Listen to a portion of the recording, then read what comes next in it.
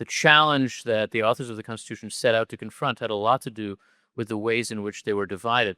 But in an even deeper sense than that, the challenge is rooted in the Declaration of Independence. The Declaration says that we are all created equal. And the fact that we're created equal has really two kinds of implications for a mode of government.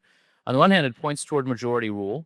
If we're all equal, no one has natural authority over anybody else, and ultimately we have to make decisions by taking a vote. But if we're all equal, then we all have equal rights as individuals, even if we're in the minority. And so at the same time, we have to advance majority rule and minority rights. And obviously, those are in tension. How do you do both at the same time?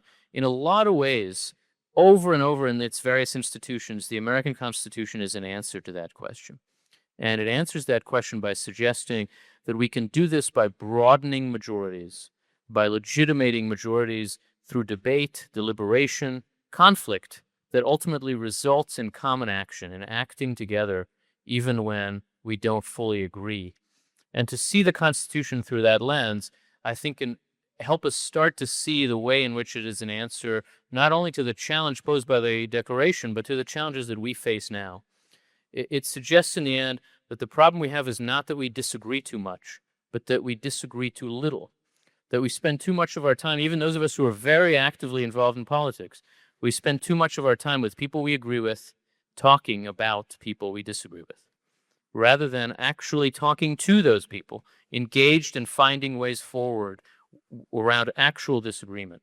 We've backed away from a public square that consists of substantive, active engagement across lines of difference. And we now think that disagreement is a failure, that it's a sign of dysfunction. But actually, disagreement is the only way that a free society can work. And I think one important way to see that is to think about our situation through the lens of the Constitution and ultimately of the Declaration.